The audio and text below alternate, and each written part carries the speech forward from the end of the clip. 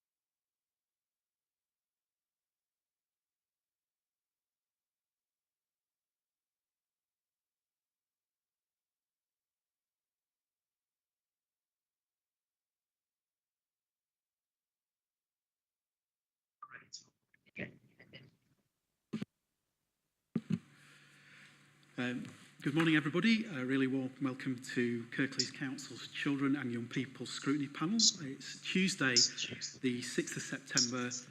We're slightly after 11 o'clock, 11. Just remember that this morning's meeting is being recorded for archive purposes. It can be viewed on a live stream and it might be looked at later on.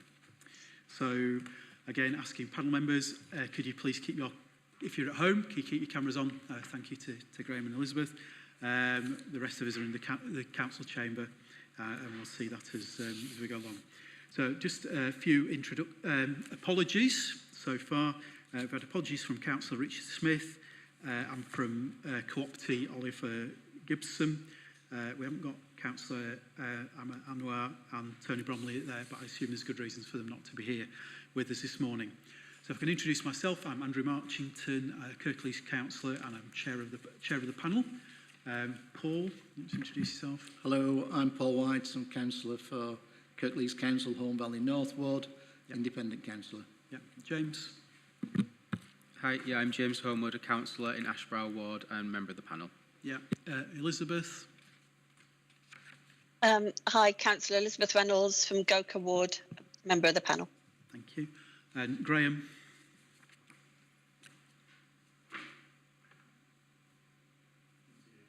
Graham, do you want to introduce yourself, please? Sorry, Chair, I've turned off the microphone. I'm Graham Sunderland, I'm a co-optee. Yeah, thank you, Graham.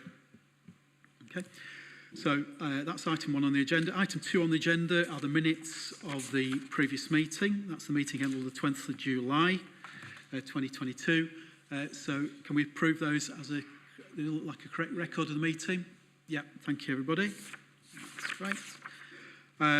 Interest. Have any panel members got an interest to declare on any items on the agenda?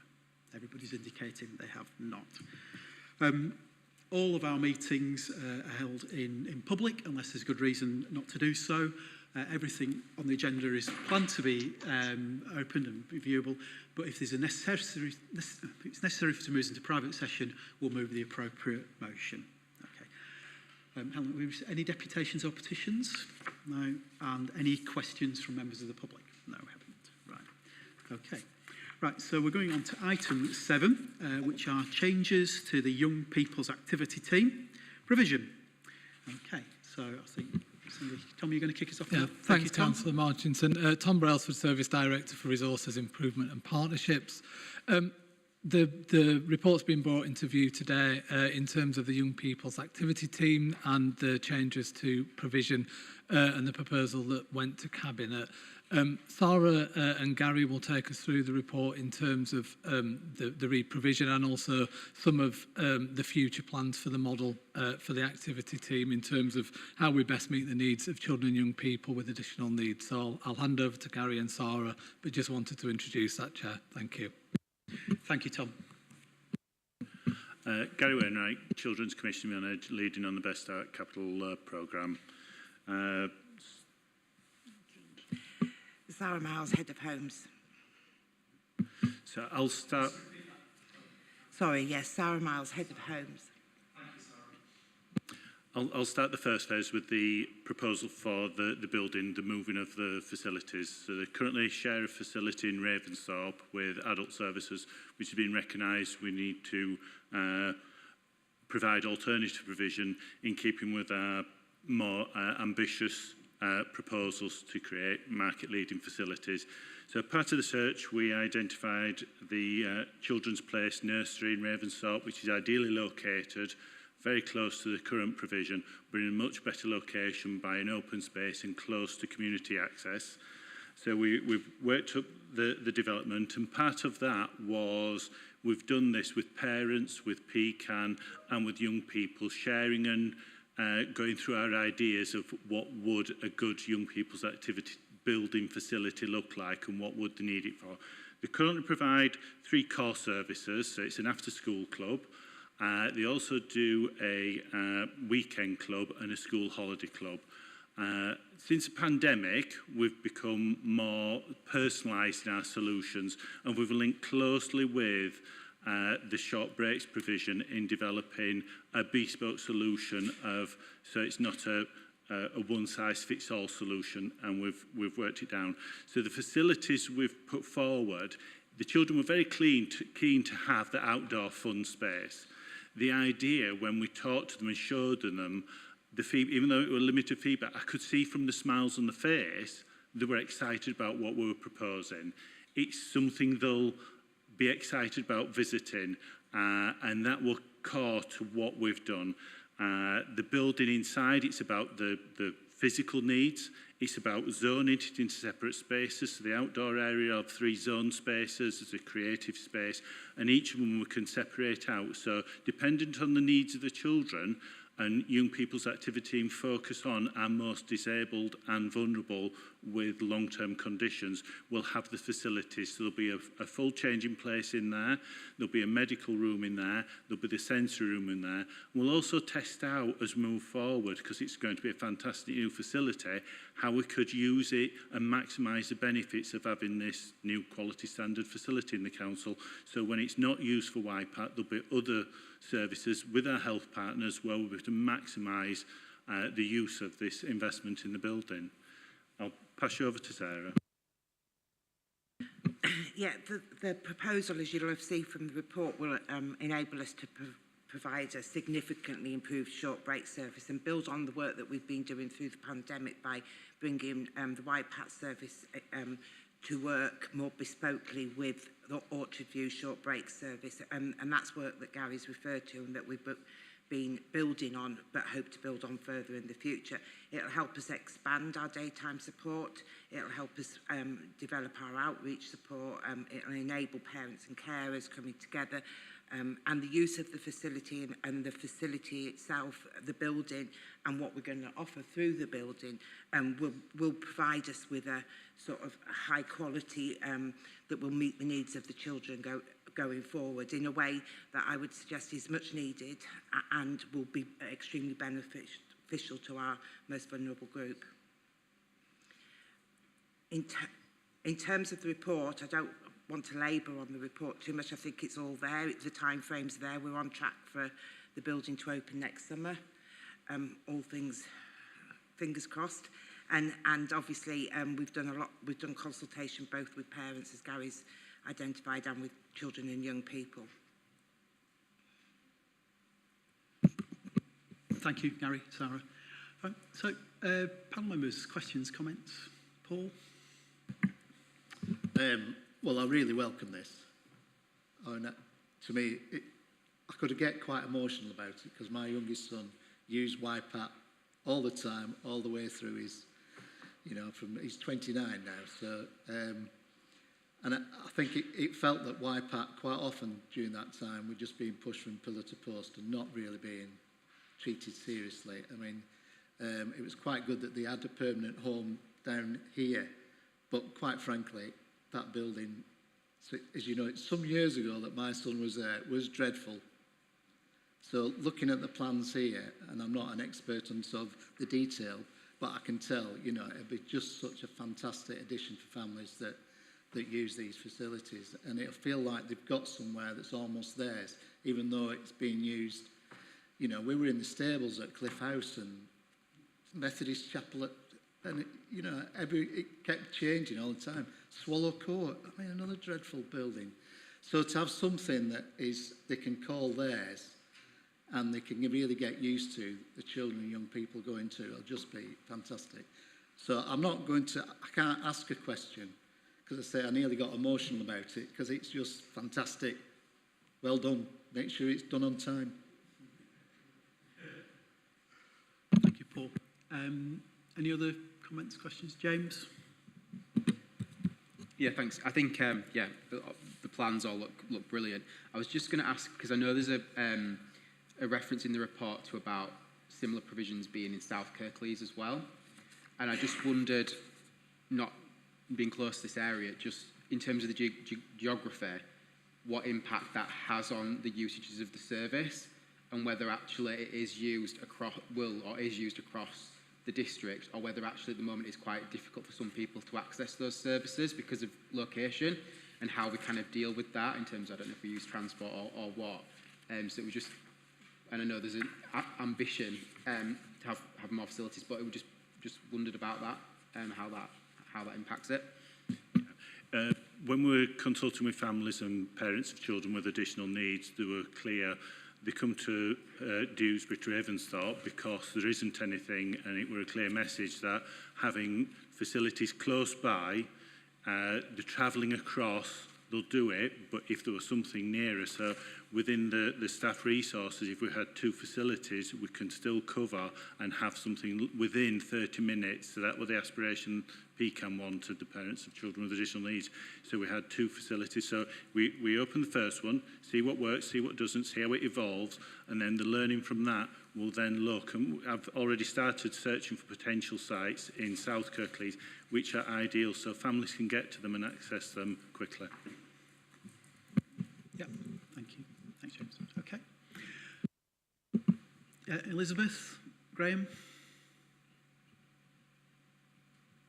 No, James asked what I was going to ask. Right, okay. Thank you. Yeah.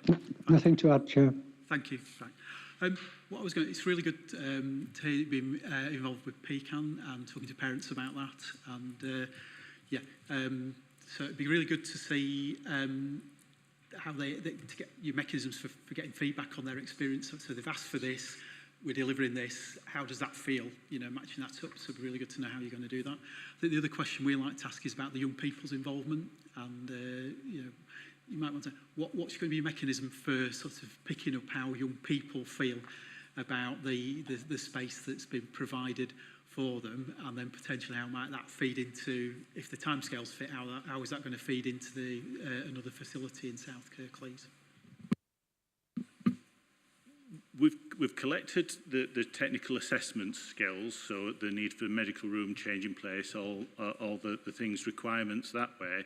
But we also talked to what parents told us. They know their child best. So they said that slide, that swing, zoning it off, interaction with the children, but also, PCAN, YPAT took the children to different places to try out the types of equipment we've put forward in the proposal. And just from their interaction, and like I said, when we showed them pictures, smile on the face, or they didn't know. So we've tested it out to see what works and what doesn't. And, the bike track and everything, there was things that we seen more popular, the things that seem more popular with parents. And we have to balance it up because there are some parents who were risk averse. Some parents love the trampoline, but some parents didn't. So we're going to test things out with the parents and throughout the development of it, because it's not set the kit we put in, and it's how the architect will lay it out.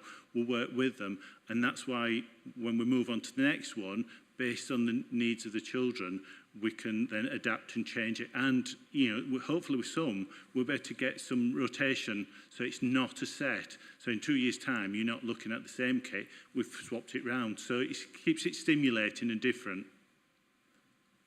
So it sounds like it's not just about, you know, technical needs, but actually getting some really positive feedback from the children, young people as well. And that's brilliant. That's lovely to be able to. And so, ongoing feedback will be part of the development of the service. We've done, as Gary's identified, a lot of consultation, but at the point of opening, that consultation won't stop. It'll be part of the ongoing development of the service to enable us to get it right so that we can take forward any learning to the additional site. Thank you. Okay. So that's thank you.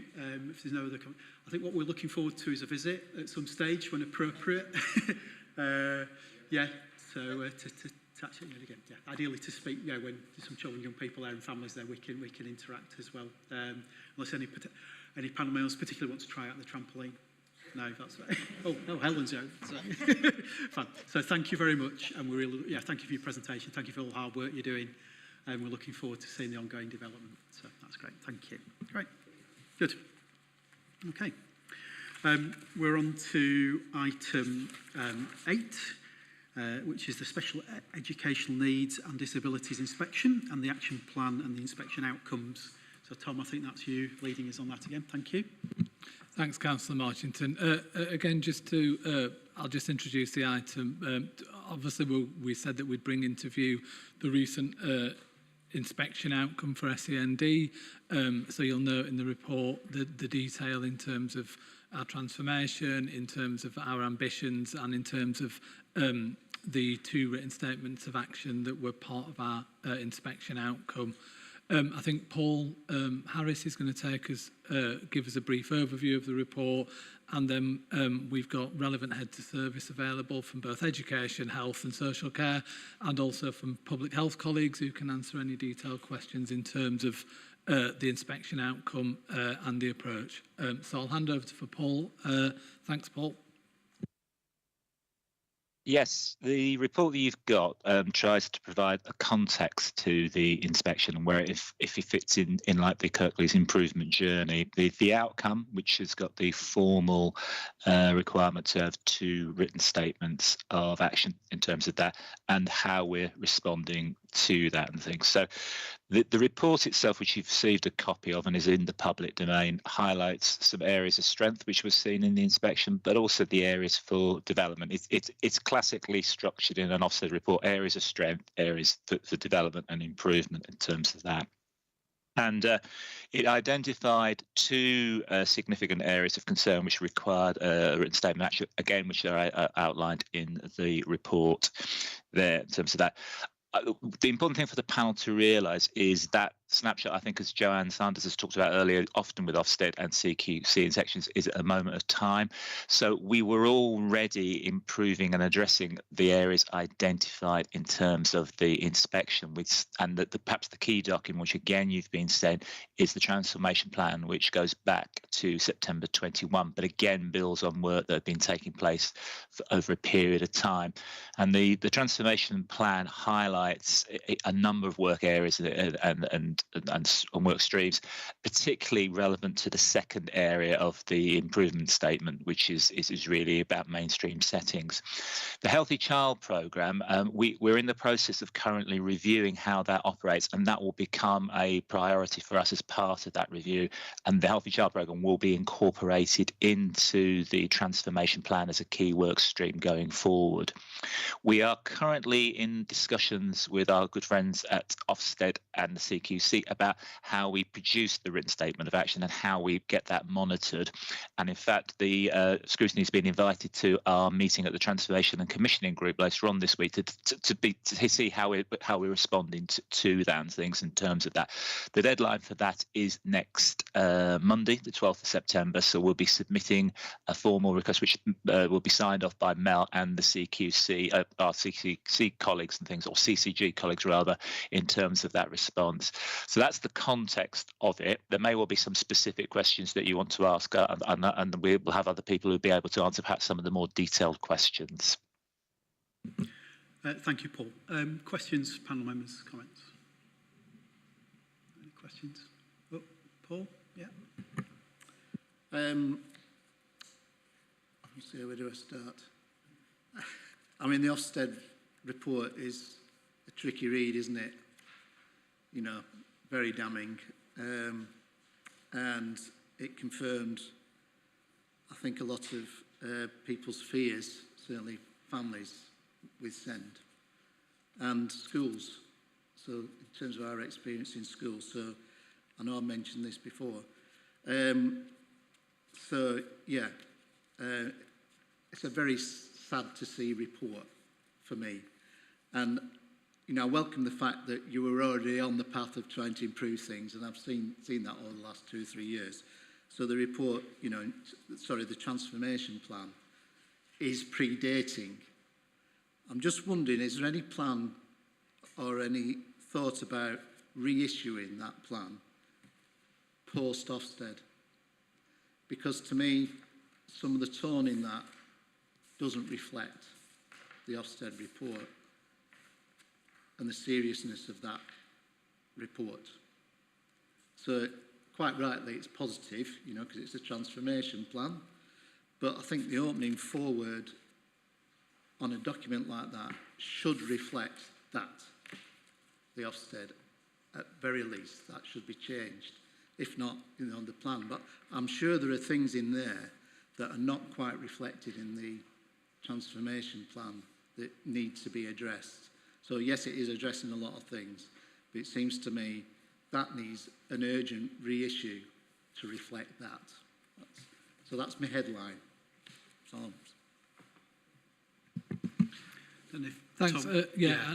Thanks, Chair. I mean, I think you're right about updating the transformation plan, and we're doing an annual review of that. I think in terms of the letter and the way it's written, I think the tone probably is quite unfortunate in the way it's written, is what I would say. I think if you look at, and we spend a lot of time looking at letters and inspection outcomes around the region and nationally, and a lot of other areas receive many more written statements of action. There are areas who are receiving 7 or 8 written statements of action, but actually the tone of the letter is better.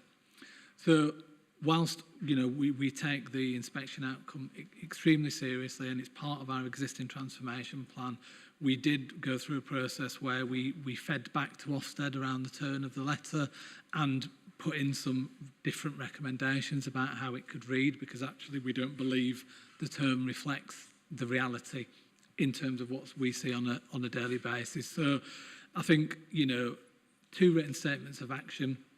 Obviously, we'd want no written statements of action, but actually contextually across a very complex system, you know, those 2 written statements of action, you know, when you look at other areas, aren't as detailed and there aren't as many. But I do think you're right. I think in terms of the transformation plan, what we're trying to do is make sure the 2 things are combined in terms of what we need to do to respond to the inspection and their specific points, but also the wider transformation plan that's already in place. It's also worth saying that our transformation plan's been commended by the DFE as an example of good practice. Do you know, so actually we really are on the right track and making some good progress as well. I'll just bring Paul back in, and then I'll bring Graham in after Paul. Well, I welcome that. Sorry, Chairman. Perhaps Paul would like... Too many Pauls. I know Paul Harris, did you want to respond to... Just the additional piece of context, there is a kind of impact of COVID here as well, because if you look at that nationally, the number of inspection outcomes published since the COVID, the number of improvement statements issued there is significantly higher than it was pre that. So there is a trend that COVID did have an impact and impacted on services. Now that has happened in Kirklees, and we've been quite open with the inspectors around that, but there is a COVID context to that, and we're addressing that as part of going forward. But it is part of a national trend. It isn't just that Kirklees stands in isolation. There's been a significant number of increases in written statements of actions issued as a result of inspections after the COVID, since inspections restarted in 2021. Thank you, Paul. Graham, you had your hand raised. Thank you. Yes, Chair. I'm looking at page 55 of the inspection report, and I'm bearing in mind this is in the context of COVID as well, but it says children and young people with SEND do not consistently receive the support they need. Waiting times for access to important health services are too long. This includes access to child and adolescent mental health services. How will this be addressed? Because I know the waiting lists are still significant for children with mental health difficulties. Yeah, Stuart. Yeah. Thank you. Thank you. I'm Stuart Horn. I'm head of Children's Commissioning for the Integrated Care Board and the Council. So, yeah, the waiting lists are longer than we'd like to see, and as Tom said about the programme in general, it's something that we were well aware of, and we were already taking steps to try to address. So we have secured quite a lot of additional investment for some services, in particular neurodevelopmental assessment. We've got a particular increase in demand there, which we are taking steps to address by securing additional funding and procuring additional assessment resources. In terms of mental health services, we've got some new things that are coming on stream and taking some time to embed. We've had a significant investment in our mental health in schools teams, which is just starting to really take shape now, start to have an impact. But I think it was probably too soon to show an impact for the purpose of this report. But I think we'll see some real progress in the next year or two as that service expands. And also in terms of the CAM service in general, we're going through a process of review and service redesign there to make improvements and to the pathways, and to improve the patient journey and patient experience, and increase the confidence of parents in the service, which we accept needs to improve. Thank you, Stuart. Okay, Graham, not to. Thank you. That's fine. Thank you. Okay. Yeah, fine. Okay. Just going back to the second point, the weaknesses across in different settings about identifying children with SEND, and of course that strikes me as being it's an area for partnership. You know, we've got schools, it might be health settings, so it's not within our control. So how, again, looking at how we're going to improve that communication, that reaction to the needs of children and young people, and also families, the impact it has on carers as well. So just wondering if there's a particular, how we're going to focus on that, improving that area. Thanks, Chair. Yeah, I mean, I think it's difficult, isn't it? If you look at the second written statement of action, it's actually written in quite broad terms. And again, that's something that we fed back to Ofsted and the CQC. So there's a number of areas in our transformation plan that address that. And I think on Thursday, when you come to the SEND commissioning group, you'll see the areas that we decide or think contribute to that wider agenda. But certainly it is about a whole system approach, it's about a partnership approach, it's about how we identify in schools early, it's about how we make sure we've got good mental health support teams in schools, it's about making sure that we've got a really clear healthy child programme with the mandated contacts, early intervention. So a lot of the partnership arrangements and approach you will see on Thursday at the SEND Transformation and Commissioning Group. It is a very broad group of professionals who were bought into our system-wide ambitions and changing things. But it would probably take me about 40 minutes to go through each area that contributes to that broad outcome But actually, you know, we can provide that on Thursday and show you how that contributes. Yeah, I can appreciate the complexity of it, but it's the coherence that runs through. So I think that's one of the things we will be looking for in the afternoon. James? Thank you. Just first off, just a minor thing on the report, just as a sort of idiot's guide to reading this. When it copied out and it refers to Healthy Child Programme HCP, in the actual report it doesn't actually say what HCP is. So I was for a while I was a bit lost on that until I went to the Ofsted letter, which has more explains it. So it was just from a report purpose, it might be worth defining that if anyone's reading it. So kind of touching on what we've discussed, it's just around this. So this obviously quite broad thing about weaknesses in areas ability to across services or within settings to identify and meet the needs of children and young people with SEND. And I heard what you just said about lots of detail there. But it refers to in the Ofsted letter, and it's something that you hear not just in Kirklees but across the board, that even parents who are actively saying my child has got a problem with special educational needs can't get that recognised and can't get that support that they need. And I'm just trying to, and I know there's lots of complexities and not everybody's in that position, and sometimes you have to identify the children through schools and stuff. But what actually is the problem here? You know, if someone's clearly saying to you, there's an issue with my child has special educational needs, I need support, why is it that it's not there? Is it just a financial issue? Is it that we're not getting the funding that we need to deliver that? Or why does it take 2 years in external paid for reports from parents to actually identify the issues? You know what I mean? I'm struggling. There seems to me to be complexities, but there seems to be simple things here. Like if a parent's telling us there's a problem, why can't we assess that and find that out? And it seems to be a lot wider than just Kirklees from what I pick up in, you know, just listening to the news and so on. I'm just trying to understand what the fundamental issue is. Yeah, Chair, and I'm sure Joe will come in and have a conversation about that as well, because it's a complex issue. So, you know, in terms of identification of need, I would say looking at our figures, we don't have that many problems in identifying need. We have a lot of children who are at the level below EHC plans at SEN support who have their needs identified. We actually have an increase in demand for education, health and social care plans, particularly being driven by the under 5 age group in early years settings. So again, in terms of the content of the letter, without, you know, getting too controversial about it, I wouldn't agree with that in the letter. I think the types of things that you're referring to are quite difficult and are usually in relation to health, you know, anecdotally are usually in relation to health services. So for example, people need an external report. It might be that they've waited a long time for an autism assessment, and actually what they've done is gone somewhere privately and got that autism assessment, or they might be waiting a long time for speech and language or other areas. Now, you know, that's completely unacceptable and we don't want to have those long waits. So what we're trying to do is offer support as early as possible. Some of the initiatives that Stuart's talked about in terms of making sure that we're getting the earliest support possible in. So, you know, it's not financial, no.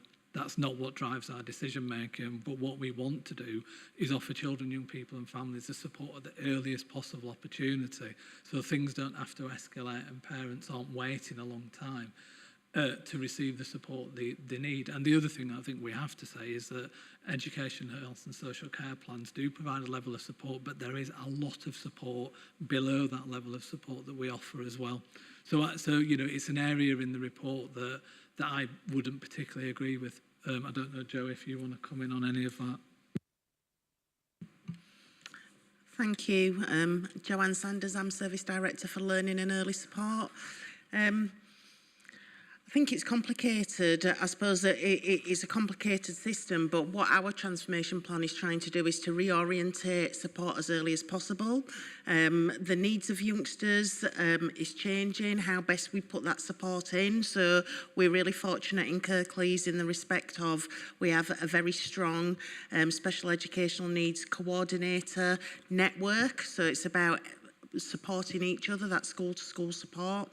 And you'll see it in the transformation plan, we've been trying, Kelsey's bit of the world, we've been trying to grow our expertise so that we can meet needs much sooner, with or without an education, health and care plan, but it's about making sure that we're supporting schools with it be it with outreach support. We have a lot of expertise, for example, in our special schools, and we're doing some real innovation in terms of special school satellite provisions. We're investing with the support of our schools into specialist outreach teams. But yes, there are some challenges. Obviously, the government have produced a green paper, and there are some opportunities to develop the wider system. There are some challenges in terms of capacity, and that's not just in Kirklees, that's across the country. So where I feel that we've got really good relationships locally is our relationship with our parent and carer forum. So everything we're doing, we're trying to co-produce with our parents and carers. I think what our transformation plan does as well is be honest with our system about where we're currently at, but it's really clear about how far we've come as well. So it is a complicated system, but I think we feel really confident that we can meet needs soonest by investing in the right things, and some of that is detailed in that plan. May I add a comment as well, Chair? Sorry, it's me. Yeah. It's difficult to tell who's speaking, isn't it? I'm Emily Parry-Harris. I'm consultant in public health. I think it's also really important that we recognise that we are supporting a whole range of children and families where they don't have a diagnosis, either that they don't have a diagnosis yet, or they will never have a diagnosis, but the absence of a diagnosis doesn't take away the need, and that child and that family still needs a level of support. So there's that cohort of children, young people and families who will require our support without a diagnosis, and there's also the families that we are supporting while they wait for a diagnosis, so that that child is receiving a level of care and support while that process is taking place.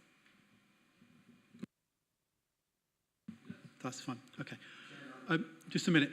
I know Viv Kendrick, who's one of our cabinet members, has got a hand up, and I know she might need to leave at some stage. Viv, do you want to come in at this stage, or? Yes, if I may. Thank you very much, Chair.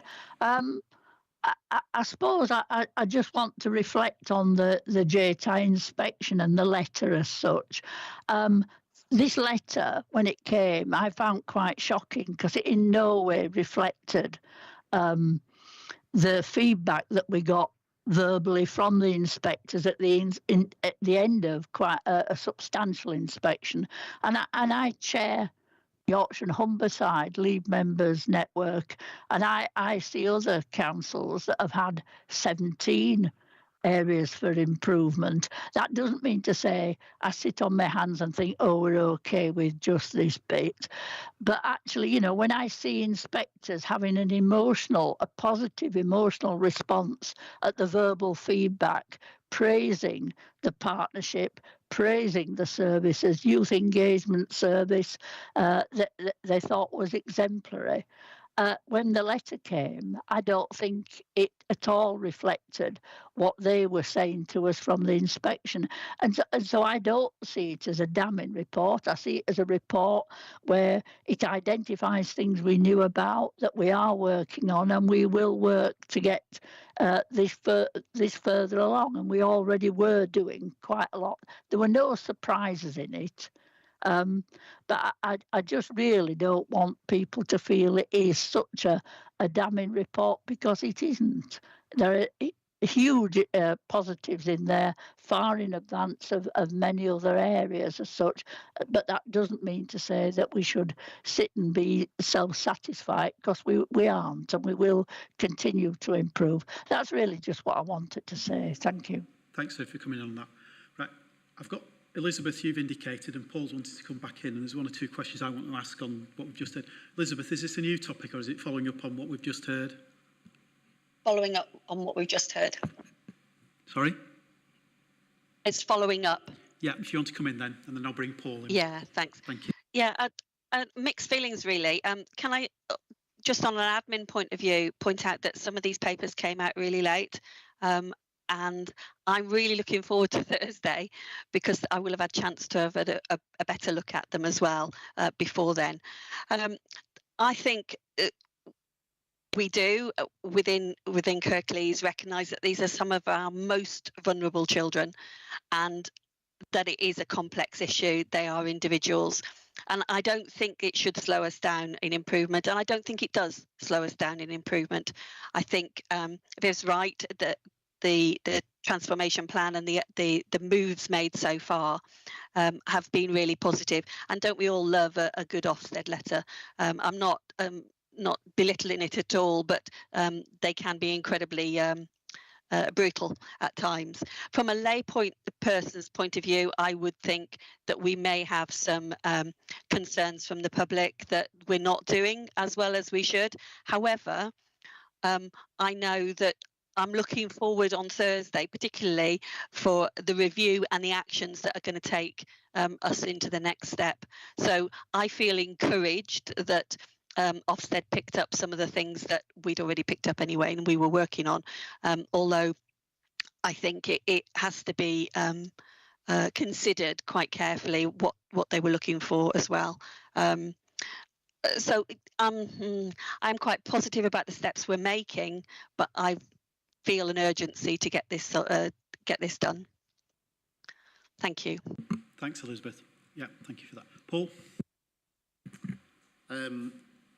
Yeah, I mean, I'll echo Elizabeth's points because that's partly what I was going to reflect on. I mean, it is a complex area because there's so many children with complex needs, and nearly every child's different. So that brings in a huge complexity right at the beginning, doesn't it, in terms of how you provide, what sort of provision you make for that.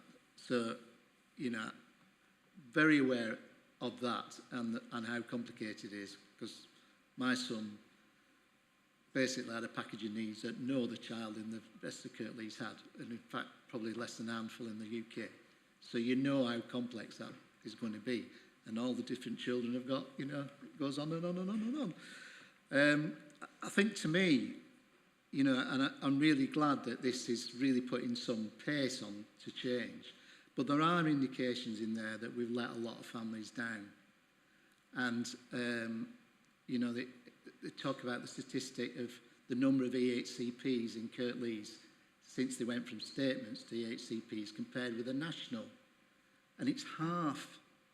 Now, are we saying there's half as many children?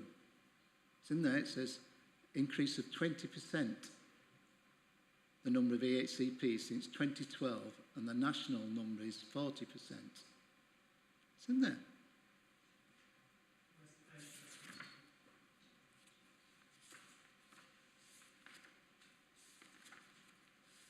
Yeah, well, I haven't got it on the page at the moment. But it does say that. And that is one of the criticisms that's levelled at, you know, what's going on.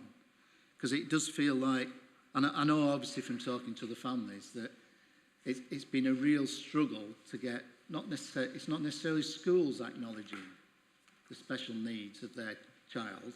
And I know this is a big debate in primary schools because quite often parents, you know, are quite emotive about their children, and the schools say, actually, you know, it's okay, we're providing for them, but it's not accepted. But there's been a real, it feels, and the language is in the Ofsted report as well, from parents, that there's a real battle that you have to have with authorities. And from my own experience, I absolutely know that. It was a battle, constant battle, to the point where you just go, I can't be, you know, I just can't be bothered with this. You know, you've got other things, you've got other children, you've got, you know, but we never, from Kirklees' perspective, for a long period, got the provision and resources that we were not promised, that were in the statement. It took years. And I see it over and over again when I talk to the families. And it seems to me that should never be a position that families are put in when, you know, they've got a lot to handle anyway. And so there are elements in here that suggest that it really has not been a good place for the last decade in Kirklees. So I hear what Viv said and so on and so forth, and I do understand, and I can see there's so much good work going on to address that and to improve it. But there still needs to be a real acknowledgement that, to me, a lot of families have been let down. Right. We just found it's page 63. Yeah, numbers of pupils in. Okay. Right.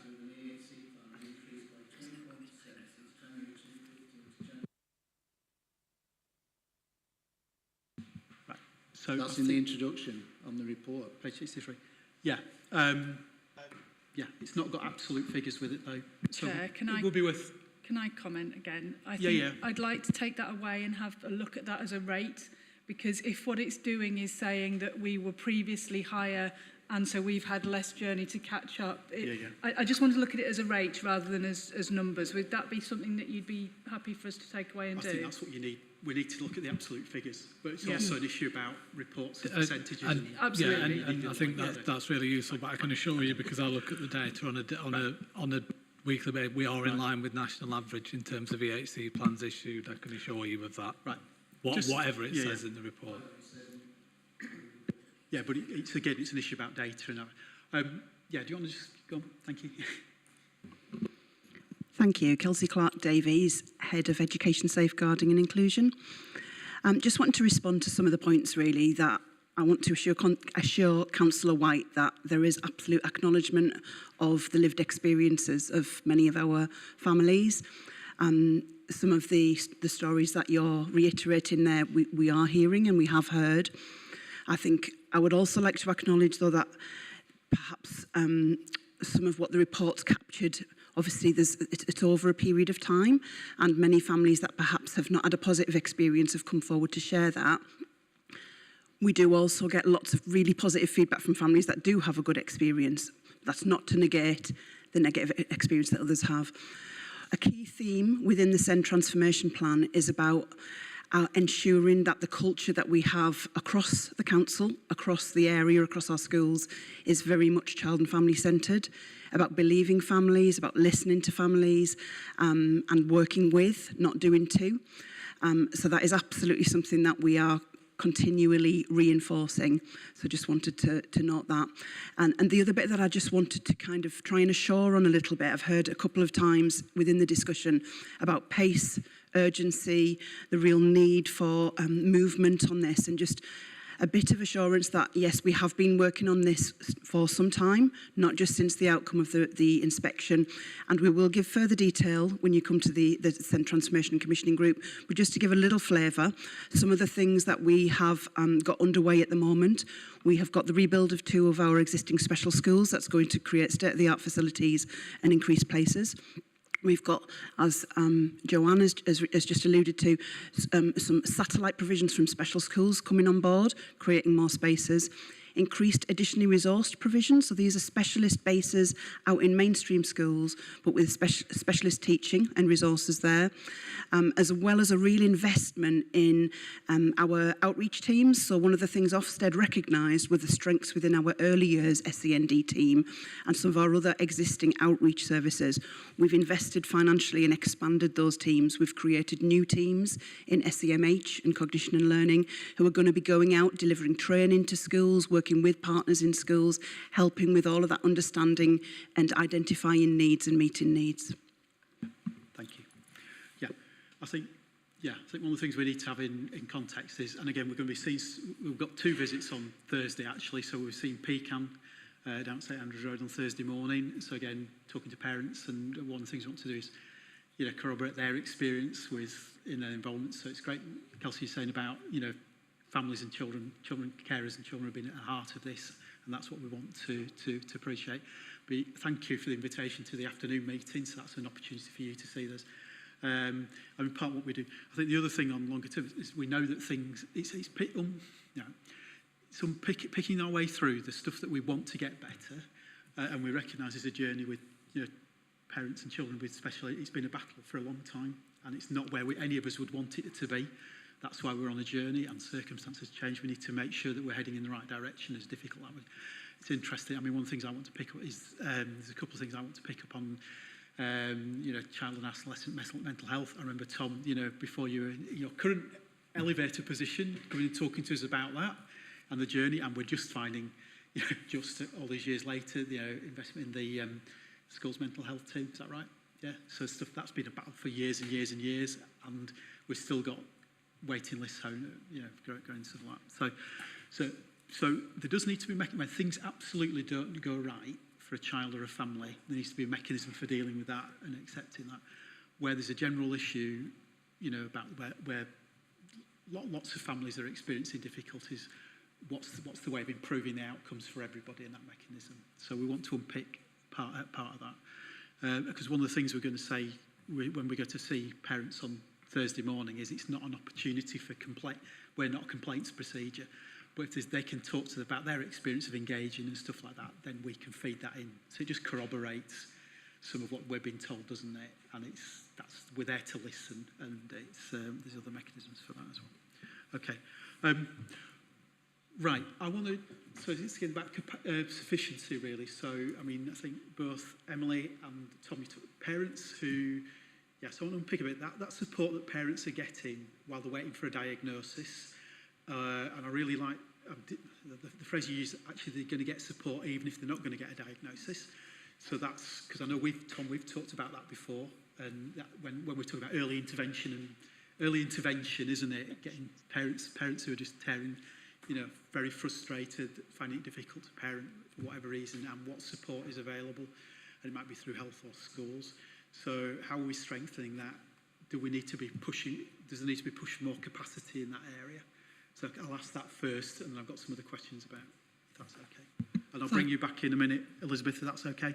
Thanks, Chair. I mean, from my point of view, yeah, I think it's really important to reinforce the fact that there are a number of ways that we're supporting parents through early, you know, through our existing mechanisms, through early support, through families together. We also have a number of resources, health resources online that do a lot of that far quicker than the kind of diagnosis pathway. So we've got things like, you know, we've got online counselling services for children and young people called COOS. We've got self-help resources on there. We've got a number of different ways that people can access support. And I think it's also worth saying, when we're talking about diagnosis and length of waits and times, that you know, a general picture is being presented as part of the inspection. Well, I know, because I'm close to it, that our crisis target of seeing children and young people within 4 hours is met 100% of the time if they're in serious data. Do you know, so there are different data points that support that. So I think that's important to say. But I do think we need to do more in terms of making sure that we've got the parental support and the parental confidence to care, if you like. So if you look at our transformation plan, you'll pick up a key theme about early intervention, supporting parents, making sure that people have got the right skills and abilities who are already supporting parents. So I completely agree. And one of the things that we've got something called the ISO, which is a helpline, if you like, for Senkos. They ring us, early support and advice, you know, get some really good information, help them make decisions about exactly what you were talking about, Councillor, in terms of, you know, appropriateness for intervention, etc. One of our aspirations is to open that out to parents. So is to staff that wider, have some health professionals, have some family support professionals, and actually have a line that parents can ring as well in terms of early advice and support. But I do think my view would be we do need to further augment the parental support that's already in place. So is that a realistic aspiration, Tom? Yeah. Yeah, as it stands, the plans are still to widen out the ISO to do that, yeah. Right. Emily, did you want to? I just think it's worth recognising that anything that means that we can move more into an early intervention space with families will actually, it might mean that we need resources bringing forward, but we'll need them less elsewhere in the system. So what Tom's talking about is having a system and an approach that recognises that the whole family are impacted on by the child's needs. It's very, very unlikely that you're going to have a child with very complex health needs and that not have repercussions for the parents. So it's about wrapping that support around everybody all at once rather than waiting for individual elements of the family to break. Yeah. So some mechanism for, you know, some tools for actually showing the benefits of that and recognising it rather than fighting individual battles would be really useful to see happening. The other question I've got is, because as Tom, you touched on this, parents who are seeking a private diagnosis either for autism or ADHD. How does that, I mean, we might have questions about, you know, why parents not want, you know, the need to do it, but parents are doing that. How does that, so if they then need to access mainstream services, you know, does a private diagnosis help them to do that? How does that slot in, or are they going to have to come back and go back through? I mean, I think there's been a long historical, because I've been around in the previous role, there was times, I think, where people had got a private diagnosis previously and the NHS would say that that wasn't appropriate to access the service. I don't think, unless Stuart will tell me otherwise, I don't think that's what's happening at the moment. I think people are getting a private diagnosis. It doesn't mean that they can't access an educational or social care plan if their autism diagnosis was from a private provider or an NHS provider. I think what we like to do is make sure that parents and children, young people and families have got access to good quality assessments that are NHS recommended, and that we've got the quality assurance around those. So where possible, we do want our children and families to go through that diagnosis process. But at the same time, Stuart was referring to reducing waiting times. We do use different providers in terms of waiting time initiatives.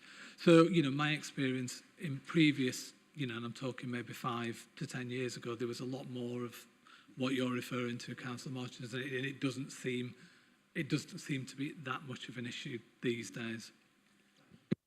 Thank you, Tom. Elizabeth, bring you back in. Sorry, Stuart.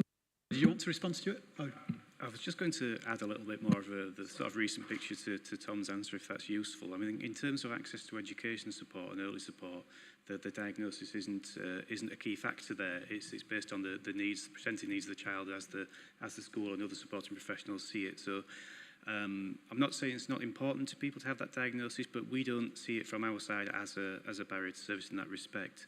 There's a couple of other things around at the moment that are, firstly, parents are exercising more choice through the NHS process of which service providers they can access. So they are able to access services other than our own diagnostic service in other NHS areas, should they want to and should they need to.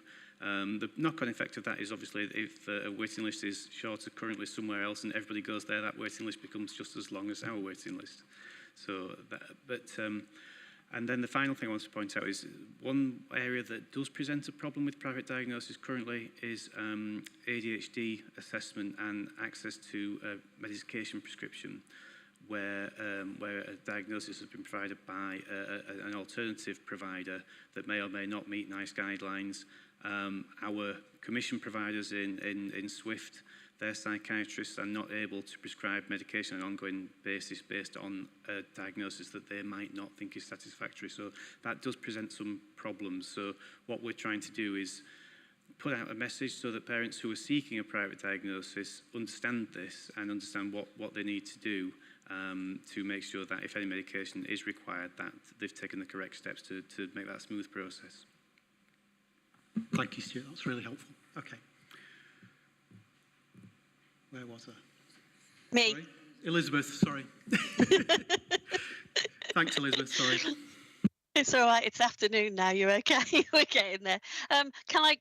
There's 2 points, really. One, I'd like to respond a little bit to what's just been said about the EHCPs. I think we must be aware of the family frustration and the lack of control that they will feel in those circumstances.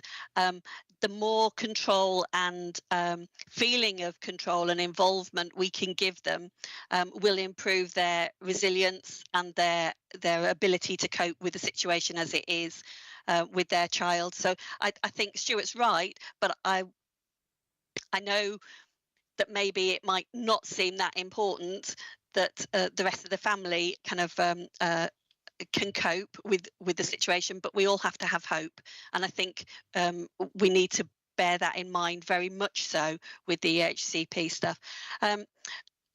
The big point I wanted to make though was that in the context, kind of putting this in context, we have had a huge change in the needs of our children for all sorts of reasons. We've gone into at different times.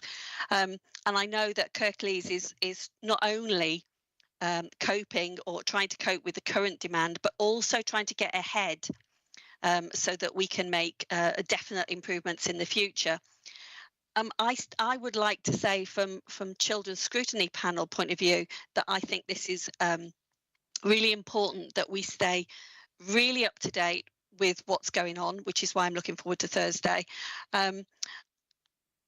Not just because I want to keep an eye on what's going on, but actually this is going to take, what is the expression? It takes a whole village. This is going to take all of us in the community to actually get through the next couple of years with the amount of trauma, if you want to call it, or changes that have been made to children's lives.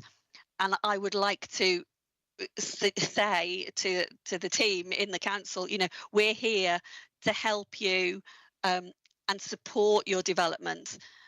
And if we can do that in any way, then please kind of keep talking to us. And can we put this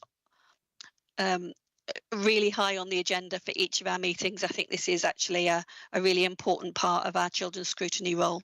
So, Andrew, would it be possible to, I know it already is, but I think we need regular updates to see what we can do to support as well.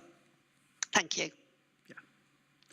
Yeah, thanks, Elizabeth, for those comments. So we did, at the Overview Scrutiny Management Committee, we did challenge the Leader of the Council and the Chief Executive, and we have been assured that it is a key priority for them, for the administration.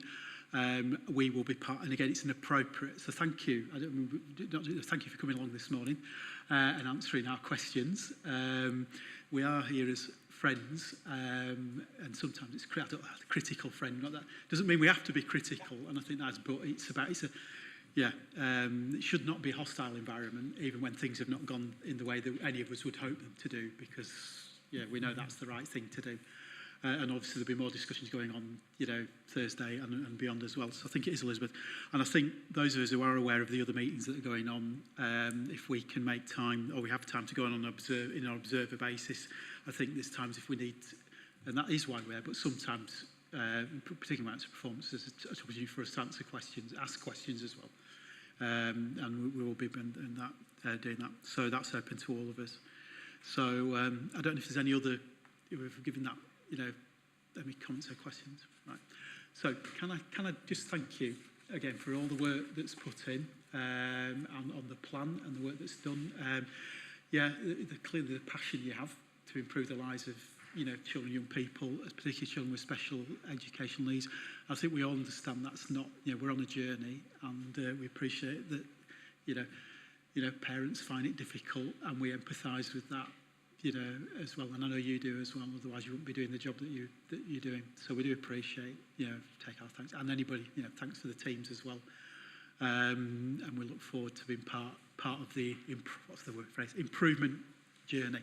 But that, and again, it's longitudinal, Paul's talking about the experience of how old's your son, that 29-year-old? Yeah, and it's a long time, and parents want a quick response, but they need the right response, don't they? And that needs to be, some of the things we're going to be investigating is those longer term, again, that transition again from being a young person with special educational needs to an adult with special educational needs, and that's going to be, we're setting up it's lifelong stuff as well. So thank you. Right, move on to the next item on our agenda. Now, pre-decision scrutiny. Cabinet decision on RAN. I think they're saying that transformation plan's one of those. So, and that's ongoing. So again, we'll be when it does come to cabinet, we'll be looking at the influence that we've been able to have on that. Joanne, is anything else? Is anything else on the horizon from your point of view? Just in the context of what we've been talking about, Kelsey mentioned things about additional resource provisions, so there's some technical school organisation aspects to that, so we hope to be bringing those forward later in the autumn term. Yeah, thank you. Tom, anything from your... Sorry, thank you. People need to leave, that's fine. Yeah. No, you take care. No problem. Yeah, Tom? No. Elaine, I know you're online. Is anything from your point of view that's on the horizon?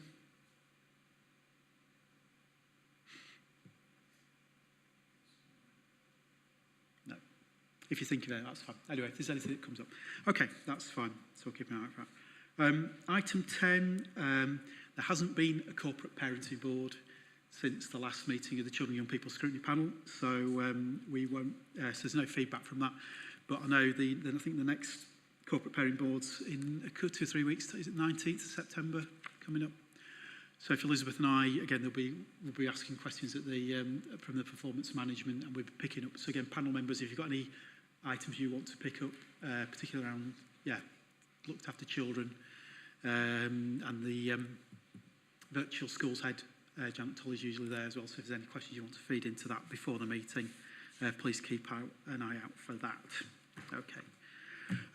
Children's Scrutiny Work Programme. I don't think there's any major alterations since the last meeting. We will, again, there's a whole round of visits coming up.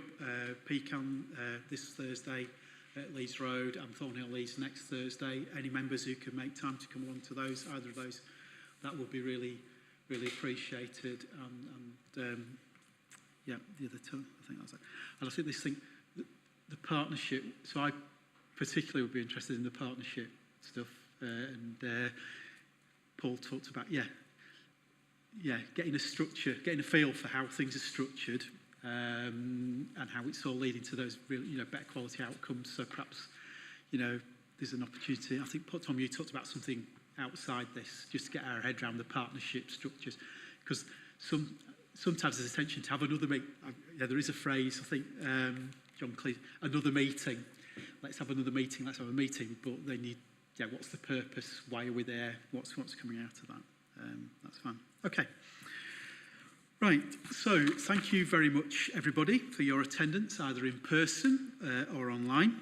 So that concludes our meeting for today. When's the next one, John? 31st of October. So the next meeting is on the 31st of October at 2 o'clock in the afternoon. Look forward to seeing people there if you're one of our regular attenders. Feels a bit like just a minute, doesn't it? Seriously, wherever you might be. So thank you very much for your attendance, your comments, your contributions. Enjoy the rest of your day. Take care. Bless you. You're welcome.